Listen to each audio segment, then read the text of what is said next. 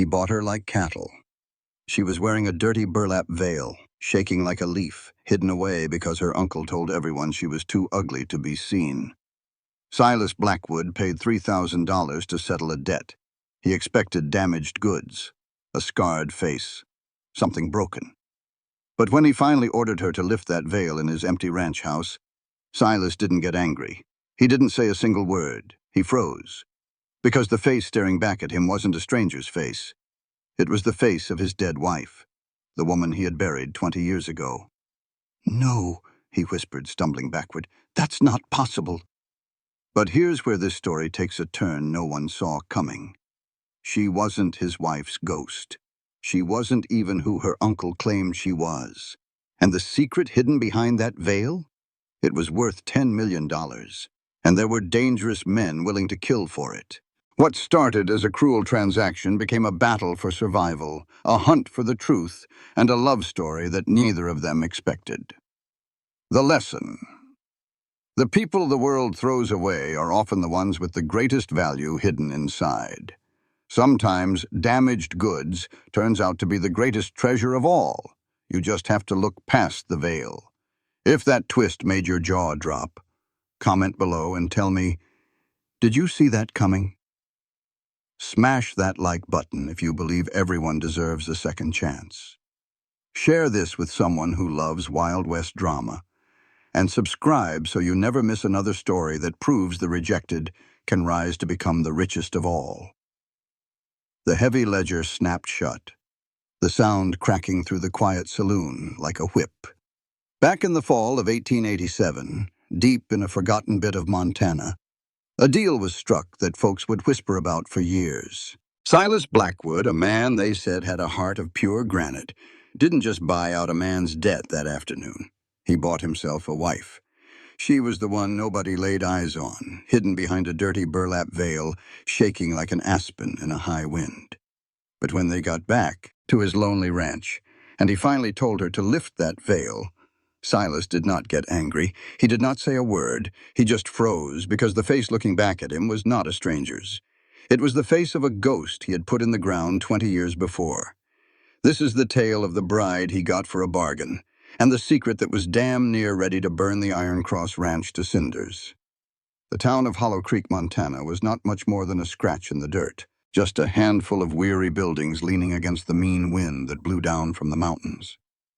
Inside the Last Drop saloon, the air was thick enough to chew, smelling of old beer, hard-working men, and pure desperation. It was high noon, but the feeling in there was as dark as a cellar. Tobias Rock sat at a rickety table in the corner, with sweat popping on his brow even though it was cold. Across from him was Silas Blackwood.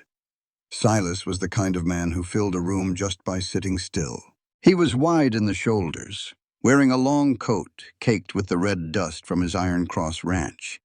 His hat was pulled down low, casting a shadow over eyes that most people in Hollow Creek tried their best to avoid.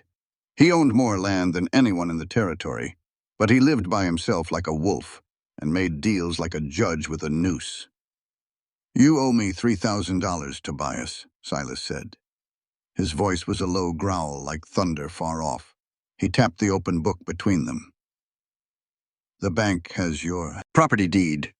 I have the notes you signed. Your time is all used up." Tobias ran his tongue over his dry, cracked lips. He was a small, squirrely fella, known for betting money he never had. "Now, Mr. Blackwood, Silas, I am sure we can figure something out. I have things of value. You have a general store that is failing and a mule that is lame." Silas shot back, his voice dry as dust. "I am taking the store. The sheriff is already writing up the paperwork to put you out." "No!" Tobias slammed his fist on the table, looking frantic. "You cannot.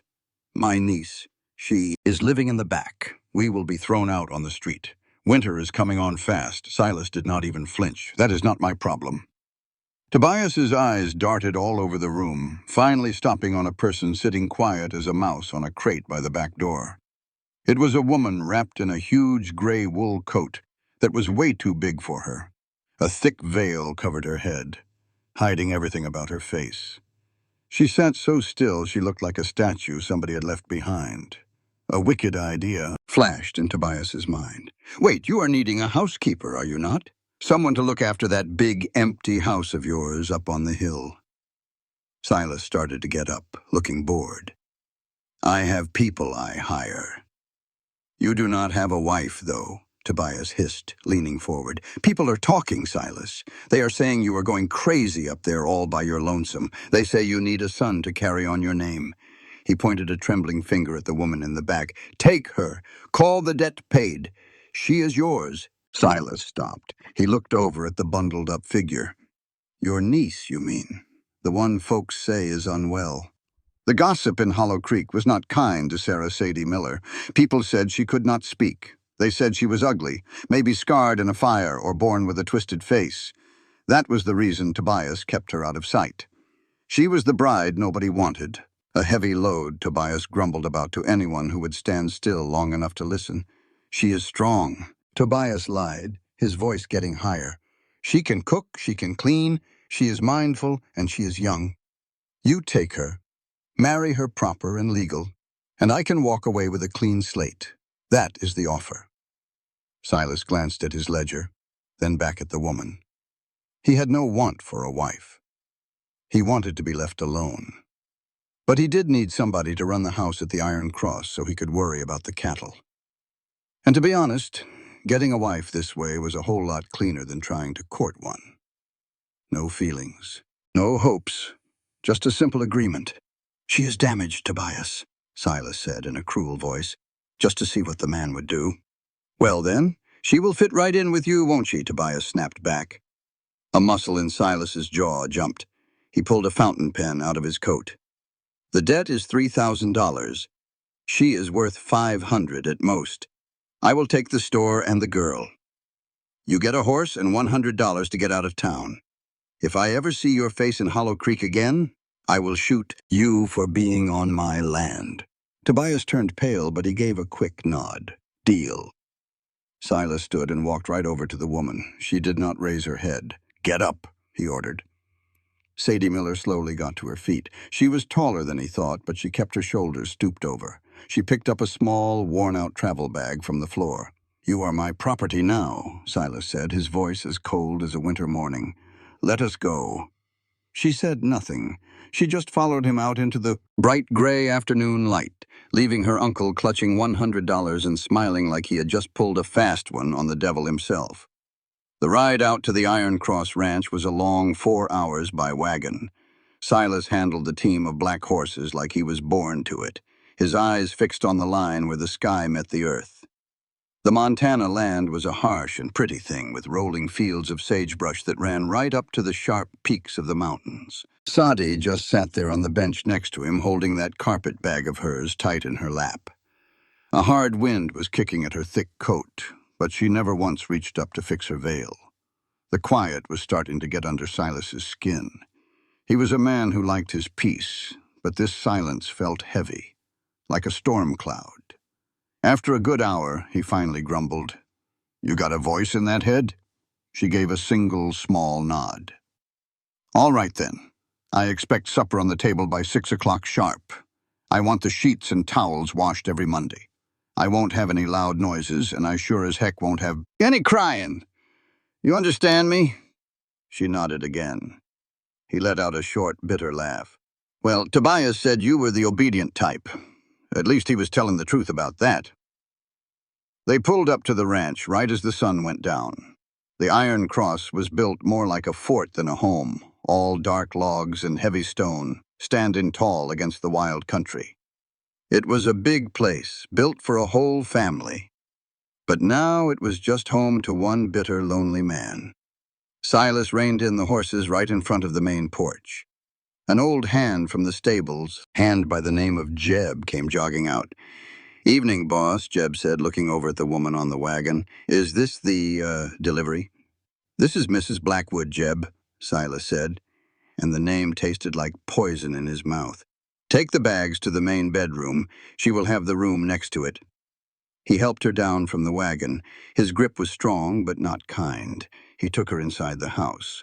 The place was big, but it was cold. Little dust balls were dancing in the last bits of sunlight. The furniture was all covered up in white cloths, like the ghosts of a life that was long gone. Silas took her to the main sitting room, where a giant stone fireplace took up most of one wall. He struck a match and lit the oil lamps, which threw long, dancing shadows all over the room. "Take it off," he said. Sadie stood near the door, her hands shaking. "The coat," he said, to make it clear. "And that veil." "I want to see exactly what I paid for." She did not move. I said, "Take it off." Silas barked, his patience wearing thin. He was a man who expected people to do what he said and do it right away. Slowly, Sadie unbuttoned the thick wool coat and let it drop to the floor. Underneath, she had on a plain, worn-out dress of blue cotton. She was skinny, so skinny it hurt to look at, her collarbone sticking out sharp against her skin. She reached up with trembling hands to the burlap veil that was pinned in her hair. Silas folded his arms, getting ready for the worst. He figured he would see a burn victim. He figured he would see a split lip or a missing eye. He figured he would see the monster that Tobias had hinted at. She pulled out the pins. The cloth floated down. The breath caught right in Silas's throat. All the air rushed out of his chest like he had been kicked by a horse. Sadie Miller was not ugly. She was beautiful, the kind that stops you in your tracks. Her hair was the color of shiny new copper, and it fell down in wild waves now that it was loose. Her skin was fair, with a sprinkle of freckles like tiny stars. But it was her eyes. One was green and one was a sharp, piercing blue that hit him like a punch. But it was not her beauty that made Silas Blackwood freeze solid. It was the fact that he knew that face. He took a clumsy step back and all the color drained from his own face. His hand automatically went for the pistol on his hip, then it just dropped to his side, useless. "No," he whispered, his voice cracking, "that is not possible." Sadie just watched him, scared out of her wits. She saw the pure fury and shock in his eyes and got ready for him to hit her. "Who are you?" Silas demanded, and his voice rose to a yell. He crossed the room in 2 long steps and grabbed her by the shoulders. "Who are you?" "Sadie," she managed to rasp, her voice rough from not being used. "I am Sadie." "Liar!" Silas shook her hard. "You are her. You are Caroline." Sadie's eyes got wide. I do not know any Caroline, sir. Please, you are hurting me." Silas stared deep into her face, looking for any sign of a lie. Every line, every curve was the spitting image of the woman he had buried in the family graveyard behind the house 20 years ago. The woman who died with his baby still inside her. The woman whose death had turned him into the beast of the Iron Cross. Except for her eyes. Caroline had brown eyes. This woman, this girl, had eyes of 2 different colors. A rare thing. He let go of her like she was on fire. He stumbled back, bumping into the side of a heavy oak table. "Cover your face," he ordered, turning his back on her. His whole body was shaking. "Sir, cover your face," he screamed, and slammed his fist down on the table. "Do not let me see you. Go to your room, and do not come out until I tell you to."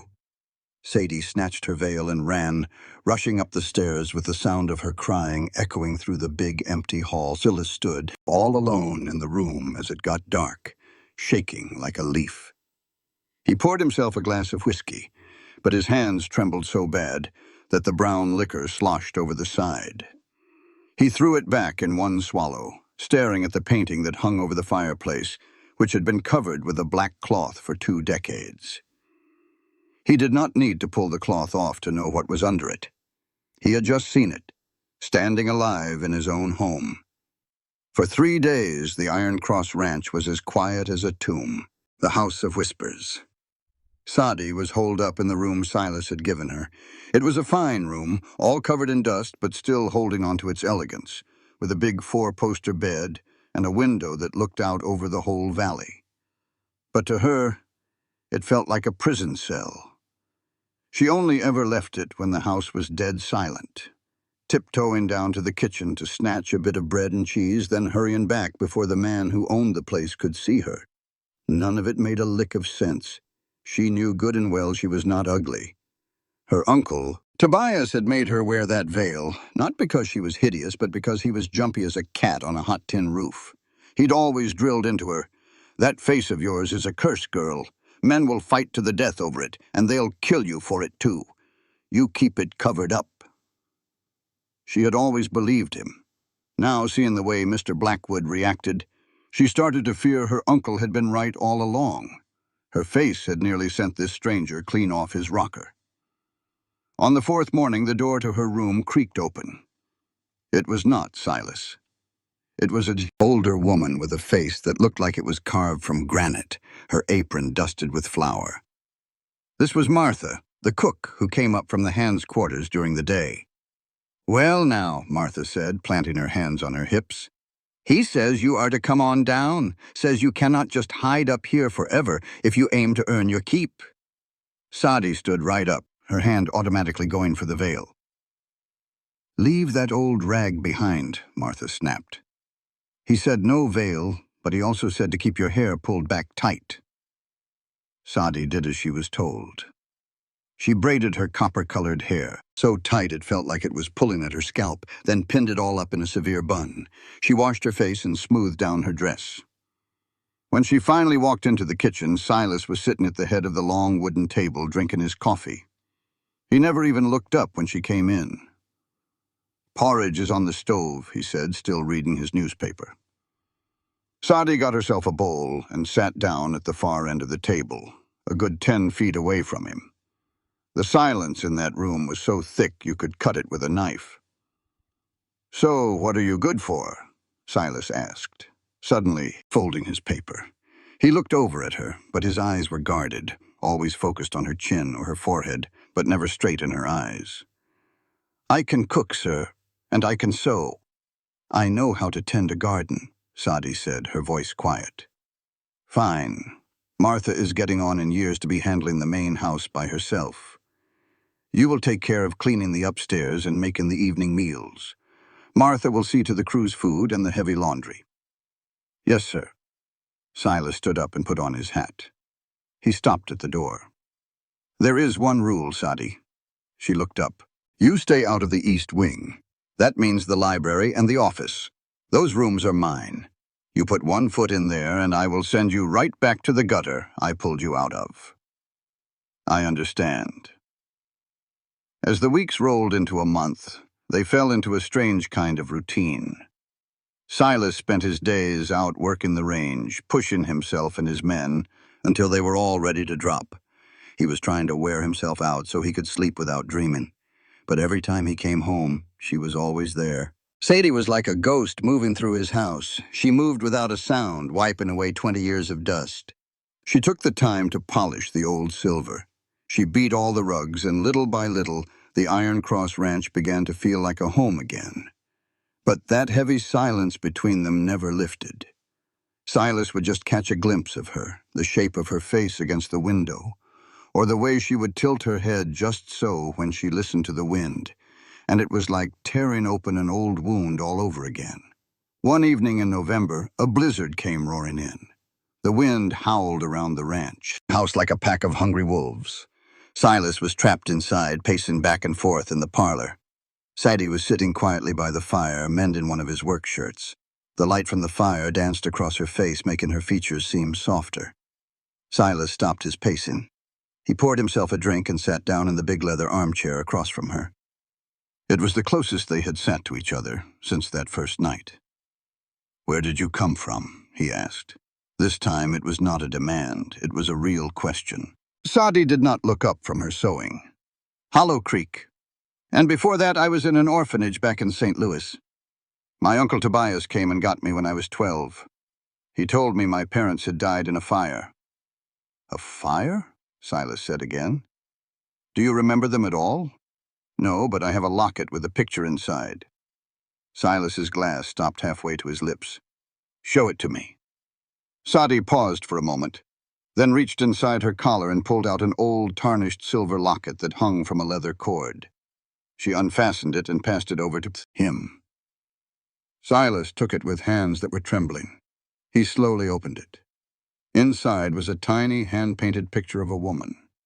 She had that same copper hair and a smile that could light up a room. It was Carolyn. Silas squeezed his eyes shut as a wave of dizziness washed over him. And the father? There is no picture of him, just some words carved on the back.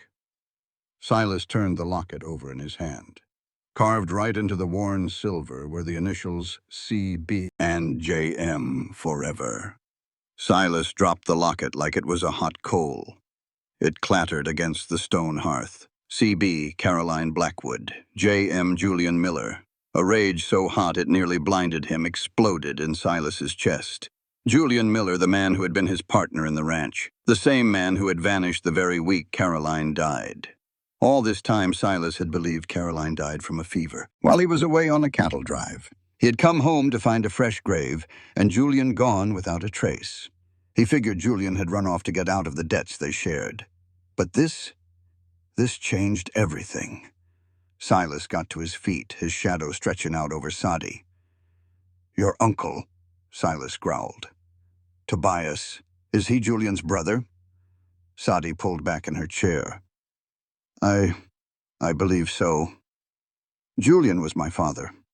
Silas looked down at the girl. This girl was not some ghost. She was the living, breathing evidence.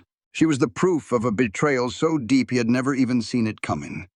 Caroline had not died of any fever. She had run off. She had run off with Julian Miller, carrying Silas's child, or maybe even Julian's, and she died somewhere far away from here. And now the daughter of the woman he had loved, and the man he now hated, was sitting in his own parlor, mending his shirt. "Get out of my sight," Silas whispered, his voice low and dangerous. "Sir?" "Get to your room," he roared, "and lock the door." Sadi ran from the room. Silas grabbed the whiskey bottle and threw it right into the fireplace. The glass shattered and the liquor caught fire, sending a great fireball roaring up the chimney. He was not going crazy. He had just been a fool. And now he understood that Tobias Rock had not just sold him his niece. He had sold him the perfect tool for torture.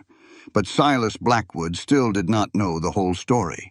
He did not know that Tobias had not even left town.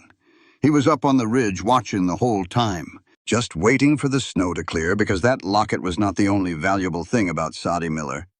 The blizzard that had kept them snowed in for 2 days finally broke on the third morning, leaving the whole world buried under 3 feet of white powder.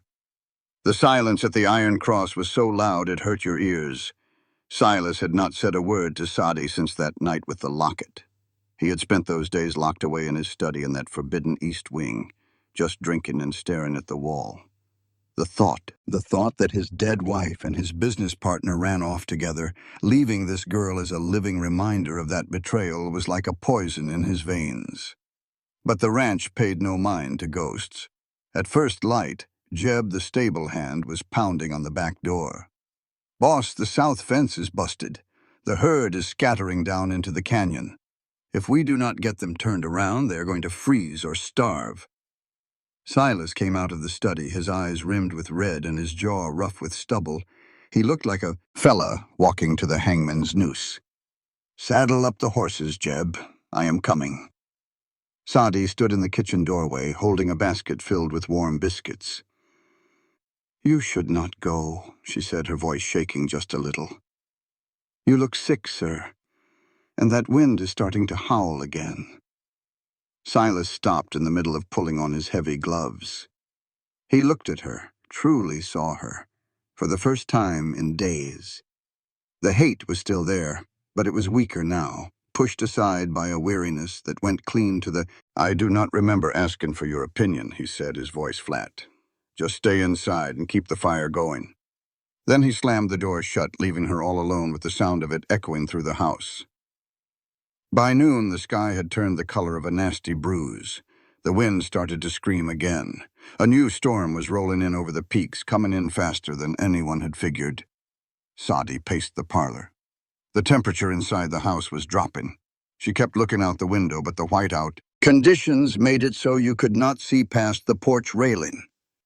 Around 2 o'clock, Jeb came back by himself, leading Silas's horse. The big black stallion was limp and bad, and its saddle was empty. Sadi yanked the door open, and the wind nearly tore it right out of her hands. "Where is he?" she screamed to be heard over the howling wind.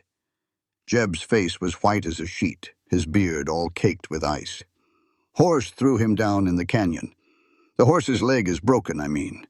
Silas hit his head something fierce. He is down in the ravine. I could not get him up by myself. I came back for the sled and some ropes. He will freeze to death before you can get back there, Sadi cried. I do not have a choice, ma'am. I need the other hands to help. Jeb took off running for the bunkhouse. But Sadi did not wait for him.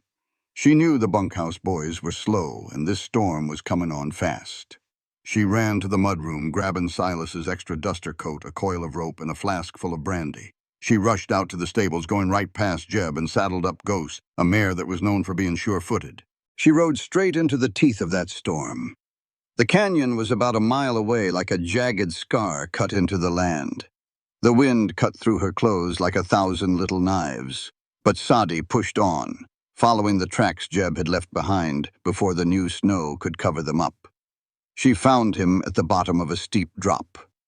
Silas was half buried in a snowdrift, and he was not moving. A gash on his forehead had bled something awful, and the blood had frozen into a dark red mask on his pale face. Sadi slid her way down the steep bank, nearly falling on the ice. "Silas!" she yelled, shaking him. He let out a groan, and his eyes fluttered open. They were glassy, and could not seem to focus on anything. "Carolyn," he whispered, his voice all slurred. "You came back for me." "It is Sadi," she told him, her voice fierce, "and I am not about to leave you here." She slapped his cheek hard. "Get up! You have got to help me get you out of here." Her sharp words seemed to cut through his daze, and Silas managed to stumble to his feet. He was a heavy man. He put all his dead weight on her small body. It took every bit of grit Sadie had in her to help him up the low side of that gully. She hitched the rope to the saddle horn and had the horse pull them up the last 10 feet. She knew better than to try and get him on the horse. He was just too heavy. So she wrapped him up in the extra long coat and started walking, pulling the horse along and making Silas stay on his feet. "Just 1 foot," she yelled to be heard over the wind. "Move!" They finally reached a line, shack, a little storm cabin, about halfway to the ranch just as the last of the sun disappeared. Once inside, Sadi got the old stove lit, her hands trembling. She pulled the ice-stiff clothes right off of Silas and wrapped him in some musty wool blankets she found in the corner. She poured some brandy into him until he choked and coughed. He just lay there shivering on the cot, his eyes following her as she moved about, melting snow to get some water. "Why?" he asked in a rough whisper. His voice had a bit more to it now. Sadi faced him. Her hair was a mess and still wet, her face red from the wind. "Why what? Why did you save me?" Silas asked. "I have treated you worse than a stray dog. I bought you like livestock."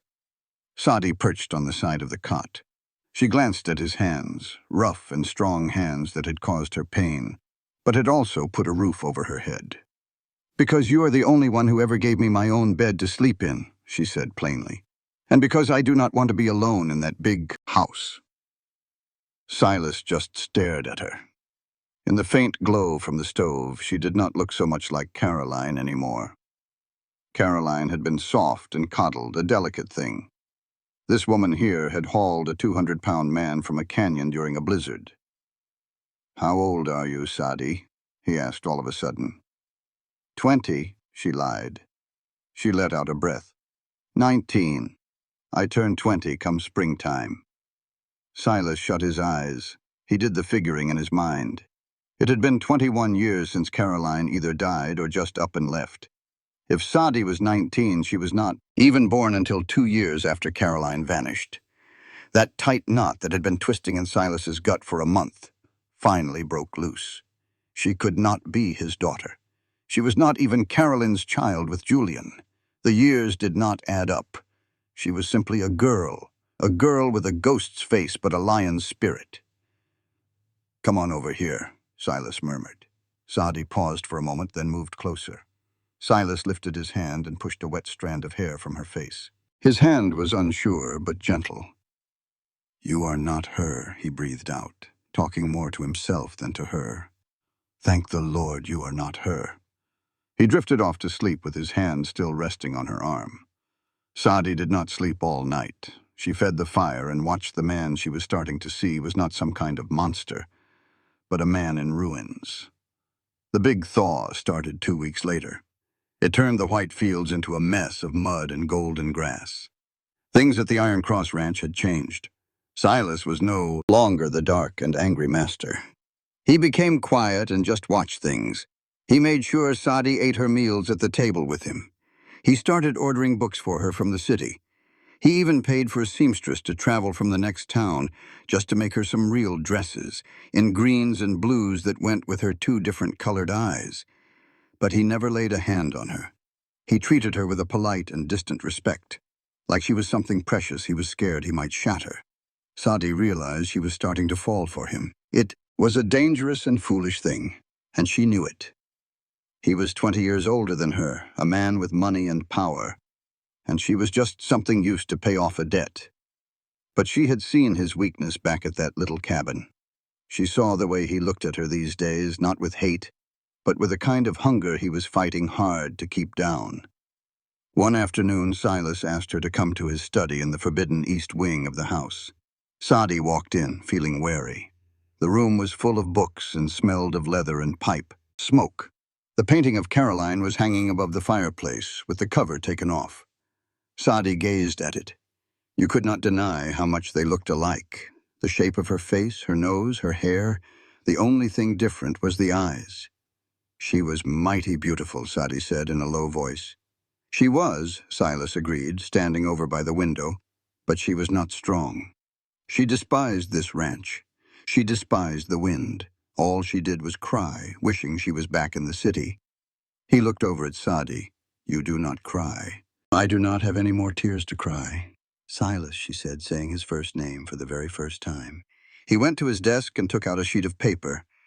I sent a message by telegraph to St. Louis. To that orphanage you told me about. Saadi's breath caught in her throat. Why? I needed to know who you really were. Silas glanced down at the paper. Their records show a Saadi Miller was left there by a fella named Julian Miller in 1869. The mother's name was written down as unknown. Julian paid to keep you there for 5 years. But then the money stopped coming. He just abandoned me. It looks that way right up until Tobias came and got you. Silas set the paper down. Saadi, Tobias is not your uncle. Julian Miller never had any brothers. Tobias Rock was just a gambling buddy of Julian's, a real swindler. The floor felt like it was moving under Saadi's feet. I do not understand. Tobias found a girl in an orphanage who favored the wife of the wealthiest man in all of Montana. He did not save you. He collected you. He just waited until you were old enough. Then he brought you all the way out here to sell you to me. He knew seeing your face would be pure torture for me. He figured I would either get rid of you or hand you everything I own. Saadi put a hand to her mouth as tears started to well in her eyes. I was nothing but bait. You were a pawn in his game, Silas said, his voice turning to steel. He came around the desk and stood right in front of her. But Tobias, he made one big mistake. What mistake? She whispered.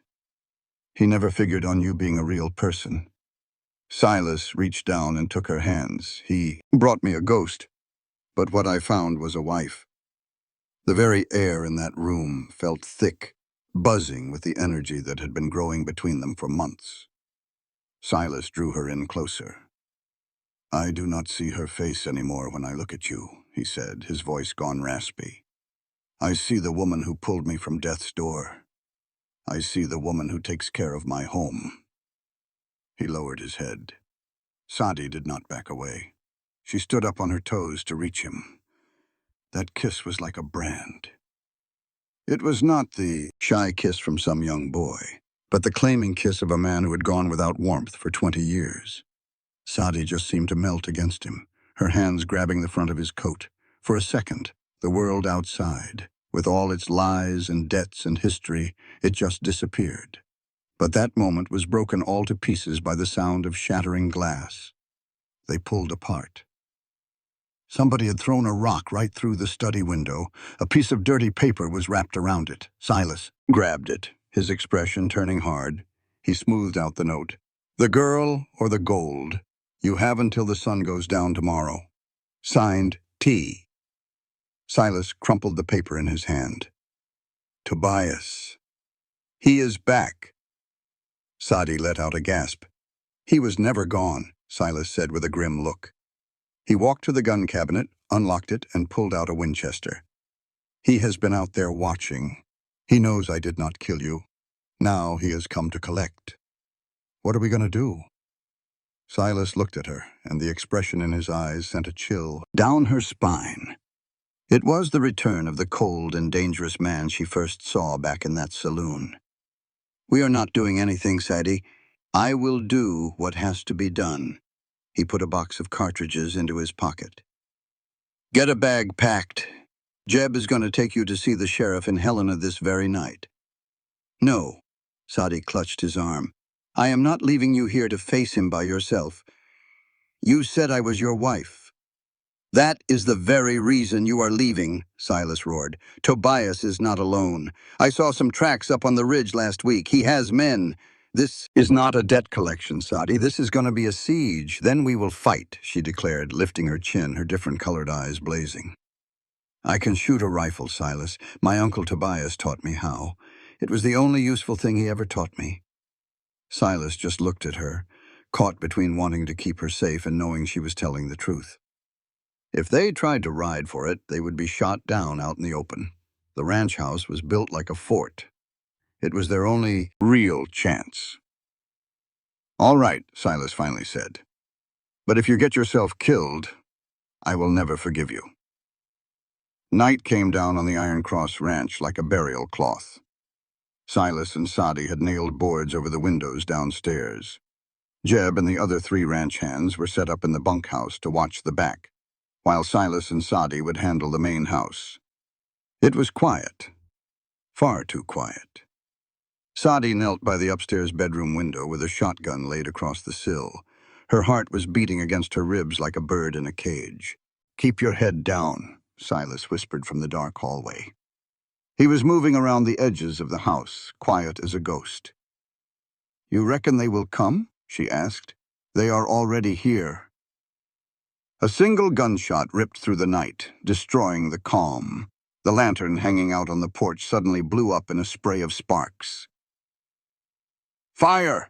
Jeb's voice shouted from the bunkhouse. Then all hell broke loose. Flashes from rifles lit up the line of trees. Bullets slammed into the thick log walls of the house.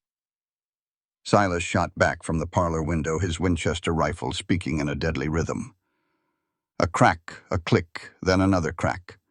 Sadi noticed some movement out by the barn. A man with a torch was making a run for the hayloft.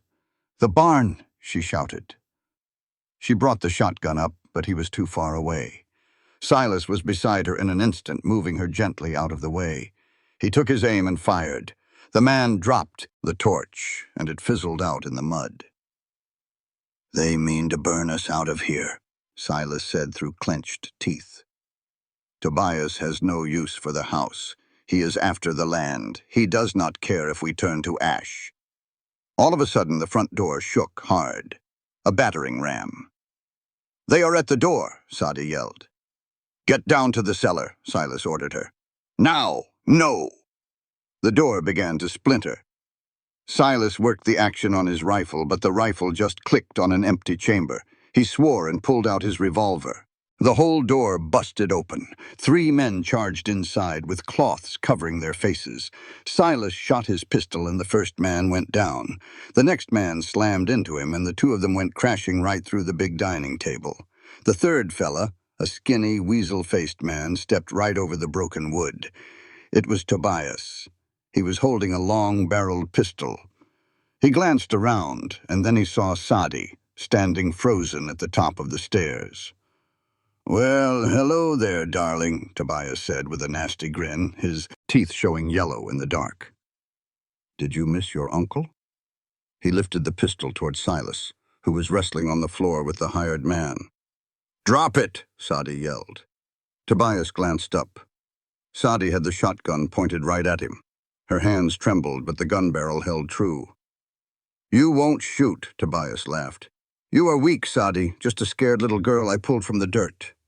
"I am not Sadie Miller," she said, her voice turning hard as iron. "I am Sadie Blackwood." Tobias just sneered and started to squeeze the trigger. Boom! The shotgun let out a roar.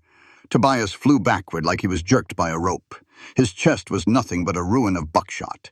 He slammed against the wall and slid down, painting a dark streak behind him. The man fighting with Silas froze solid. Silas took that moment to crack a heavy crystal decanter over the fella's head. The man just went limp. The parlor fell silent with only a ringing in their ears and the smell of gunpowder left. Silas got to his feet, fighting for every breath. He stared at Tobias's body, then looked up at the landing. Sadie let the shotgun fall and collapsed to her knees, sobbing her heart out. Silas took the stairs 2 at a time. He scooped her right into his arms, hiding his face in her neck. She held on to him, shaking something fierce. "It's all over," he whispered, rocking her gently. "It is all over. You did it." But just as the smoke began to clear, a peculiar noise drifted in from outside. It was not gunfire and it was not shouting. It was applause, a slow, mean kind of clapping. "Very good," a voice boomed out of the darkness in the front yard. "A truly wonderful performance." Silas went stiff. He walked toward the busted door, making sure Sadie stayed behind him. Out in the yard, surrounded by 6 more armed men, stood a man in a spotless white suit, holding a cane. He looked as out of place in the wild as a rattlesnake in a flower garden. "Who in the hell are you?" Silas demanded. "Tobias was a useful fool," the man said, tapping the porch steps with the toe of his boot. "But he owed me a whole lot of money since he could not get it from you. I reckon I have to collect the asset myself." "What asset?" "The girl, Mr. Blackwood." The man smiled. "You see, Tobias did not just find her at an orphanage. He stole her, and the folks she was stolen from are very powerful people. They want her back. Or more to the point, they want the inheritance she has a right to." Silas's grip on his empty pistol tightened. They were out of bullets. They were surrounded, and the real villain had just shown his face. Sadie stepped forward, wiping away her tears. "What inheritance?" The man in the white suit smiled. "Why, the Miller Railroad fortune, my dear. Your father, Julian, did not just run off. He went and built an empire in California before he passed on. And you are the only heir to $10 million? Silas and Sadie just stared at each other. The cruel joke of it all was nearly enough to suffocate a person. The worthless bride he had bought to clear a debt was the richest woman in the whole West, and now a small army of hired guns was there to take her. The news about the inheritance just hung in the freezing night air like smoke from a snuffed-out lantern.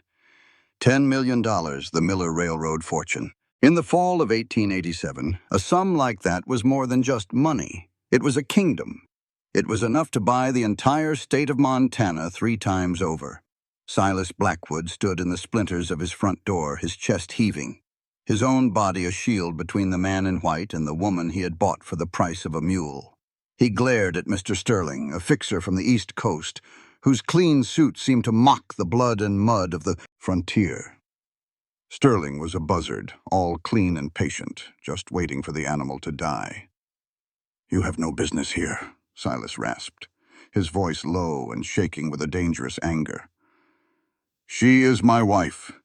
The law protects her property, and by God, I will protect her life." Sterling let out a dry, rattling laugh that scraped against the quiet of the standoff.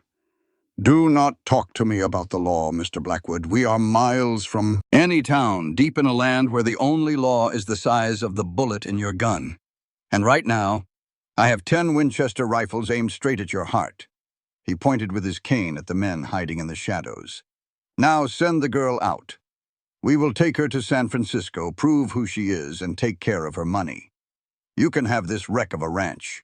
We will even pay off what you owe the bank. That is a generous offer for a man holding an empty gun." Silas felt a hand press against the small of his back. It was warm, trembling just a bit, but not from fear, from a new, cold determination. "He is right, Silas," Sadie whispered, her voice so quiet the wind almost carried it away. Silas whipped his head around, his eyes wide with disbelief. "If I stay?" "They kill you," Sadie said. Her mismatched eyes, one blue as the sea, the other green as the forest, were clear and horribly calm. "They will burn this house down around us. They will kill—" "Jeb, they will kill you. I am not going to let that happen. No amount of money is worth your life." "No," Silas growled, grabbing her wrist. "I did not pull you from a canyon and nurse you back from the dead just to hand you over to some thief." "You bought a housekeeper, Silas," Sadie said, a sad, heartbreaking smile on her lips. "You did not sign on for a war." She gently pulled her wrist free from his grip. The loss of her touch felt like a punch to the gut for Silas. She stepped around him, moving out from the safety of his shadow and into the moonlight. "Sadie, get back here." Silas started to lunge for her, but he stopped himself right away. If he moved too quickly, the jumpy hired guns might just open fire, and she was standing right in their path. He was completely helpless. Sadie walked out onto the porch, the pale light shining on her copper hair and the blood-spattered blue dress she had worn while defending their home. She looked like a warrior queen who had lost a battle, but not the war. "I am Sadie Miller," she called out, her voice ringing clear and strong across the yard. "Daughter of Julian, if I come with you, you will leave this ranch in peace. You will leave him alone. Those are my terms." Sterling tipped his hat, his eyes shining with pure greed. "A very sensible offer, my dear. We accept. Step on down here." Sadie walked down the steps, and each one felt heavy with the weight of her choice. The hired guns lowered their rifles a little, thinking the fight was all over. Silas just stood in the doorway, his heart pounding like a drum against his ribs, his knuckles white where he gripped the doorframe. Sterling reached out a gloved hand to take Sadie's arm, a coyote finally getting its prize. "Now," Sterling smiled, his teeth flashing. "Let us get you to the carriage." "One problem," a gravelly voice called out from the dark behind the hired guns. Sterling froze in place. His hand stopped just inches from Sadie's arm. The mercenaries spun around, raising their rifles again. From the deep shadows of the barn and the thick line of trees, men started to appear. It was not just Jeb and the three ranch hands. It was a whole wall of men. The sheriff of Hollow Creek, Sheriff Miller, stepped into the light, with 20 tough-looking cattlemen from the neighboring ranches right beside him. They all carried repeaters, double-barreled shotguns, and wore grim faces that promised a fight. Jeb stepped forward and spit a stream of tobacco juice on the frozen dirt. "Boss told me a long time back if Tobias ever showed his sorry face around here again, I was supposed to ride for the law. I took off out the back as soon as I heard that first shot." The sheriff took a step forward, a shotgun resting easy in the bend of his arm. Both barrels were aimed square at Sterling's chest. "Drop 'em, boys. This here is private property and y'all are trespassing. And if my eyes ain't fooling me, that's a dead man you got in the parlor." Sterling's face turned white as a sheet, all that pride draining right out of him. He took a quick look at the 20 angry ranch hands that had his 6 hired guns surrounded. He did the arithmetic in his head. The numbers weren't in his favor. "Now, hold on. This is just a big misunderstanding," Sterling sputtered, taking a step back from Sadie with his hands held high. "We were just bringing back a runaway." "Looks a whole lot like armed robbery from where I'm standing," the sheriff said with a slow drawl, pulling back the hammers on his shotgun. The click sounded like thunder in the dead quiet night. "Drop your guns, or we'll drop you." One after another, the hired guns let their rifles fall into the thick mud. The fight for the Iron Cross was finished. The sun started to climb over the Iron Cross Ranch, painting the sharp mountaintops in shades of purple and gold. The morning light showed the scars from the night. The front door was gone. The windows were all shattered, and the parlor floor was stained with the blood of the man who had sold his own kin. But the house itself was still standing, defiant against the wild country. The sheriff had dragged Sterling, his crew, and Tobias's body back to town. The neighbors had all left, slapping Silas on the back and leaving the couple alone in the strange quiet of the morning. Silas sat on the porch steps and just stared out at the far-off hills. He held a tin cup full of coffee, but he was not drinking it. The steam rose up and disappeared, kind of like the life he had thought he was building. Sadie came out of the house. She had scrubbed the blood off her skin and put on a clean dress made of soft green wool. She sat down next to him, but she kept a respectful space between them. "They say the lawyers will be here soon," Sadie said in a low voice. "About the inheritance. It is real, Silas." Sheriff checked the telegrams. $10 million, Silas said, his voice completely flat. "You are the richest woman in the West, maybe in all of America." "I suppose I am." Silas put his cup down on the wooden planks. He did not look at her. He just could not. "I will have the carriage ready in an hour. It can take you to the train station in Helena. From there, you can go anywhere you want." Sadie turned to face him, her brow wrinkled in confusion. "Where am I going?" "To your life," Silas said, his voice cracking under the strain of doing what he thought was right. "You have a fortune, Sadie. You belong in Paris or New York or London. You can buy a palace. You could marry a duke. You do not belong in a drafty, bullet-riddled ranch house in Montana with a man who bought you to settle a debt." He stood up because he could not stand being so close to her. The ache in his chest was sharper than any bullet could be. He started to head back toward the stables. Every part of him wanted to turn and run. He wanted to disappear before she could say yes. Before she could walk away and prove what he'd always feared was true, that he was a man no one could ever love. "Silas." He froze, his back still to her. His shoulders slumped. "Turn around," she ordered. That wasn't the timid whisper of the girl behind the veil. That was the strong voice of the woman who had walked right into the path of a gun to save his life. He turned real slow. Sadie was standing there on the bottom step. She wasn't staring at her feet this time. She wasn't hiding anymore. She was looking right at him, and those mismatched eyes of hers were full of fire and unshed tears. "You think I want some fancy palace?" she asked, moving closer until her boots crunched on the gravel. "I was raised in an orphanage where I had to scrap and fight just for a warm blanket. Lived in a little storeroom where my own uncle told me every single day I was too ugly for any man to love. I know exactly what this world is, Silas. It's a cold and mean place." She took another step, closing the distance between them. "I don't want Paris," she said, her voice trembling with feeling. "I want the man who gave me his own coat when I was about to freeze. I want the man who didn't give a damn about the money, only that I was safe. I want the man who looked at my face, my real face, and didn't run away." Silas just stared at her, feeling all his defenses start to crumble away. "I'm a broken man, Sadie. All I've got is this piece of land and a whole mess of bad memories." "Then we'll just have to make some new ones," she said. She reached up, placing her hands on his weathered face. Her thumbs gently traced the hard line of his jaw, easing the tension she found there. "You bought a debt, Silas," she whispered, her eyes searching his. "But I'm afraid you're stuck with the wife." Silas let out a shaky breath that was part laugh and part sob.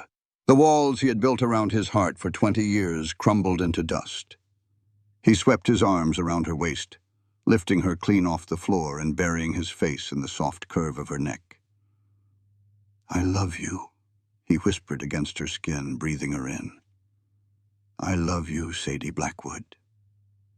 I love you too, you stubborn old cowboy." They shared a kiss as the sun finally broke over the mountains, washing the whole valley in a blinding, beautiful light. The ghosts of the past, Caroline, Julian, and Tobias, were all gone, chased away by the warmth of a brand new day. Silas Blackwood had taken the bride that nobody else wanted, only to discover she was the one thing he ever truly needed. And that, my friends, is the legend of Silas and Sadie Blackwood. They say Sadie used her inheritance to build the very first hospital in Hollow Creek and a school for orphans, making sure no child ever felt as unwanted as she once did. Silas and Sadie lived out the rest of their years at the Iron Cross, raising 4 kids and proving to everyone that sometimes the biggest treasures are not in gold mines or bank vaults, but are hidden right under a burlap veil. So what did you all think of Silas finding his redemption? Could you have forgiven him for how that marriage started? Let me know what you think down in the comments. If you enjoyed this story of romance, danger, and the Wild West, please go ahead and hit that like button. It truly helps this channel grow. And do not forget to subscribe and ring that bell so you never miss a new tale. Thanks for listening, and I will see you all in the next one. This content was carefully researched, developed, and manually edited by our team to deliver meaningful stories with valuable life lessons. Every narrative is crafted to entertain, inspire, and empower our audience. We believe that great stories can change lives, and we are committed to bringing you content that matters. Thank you for being part of our community.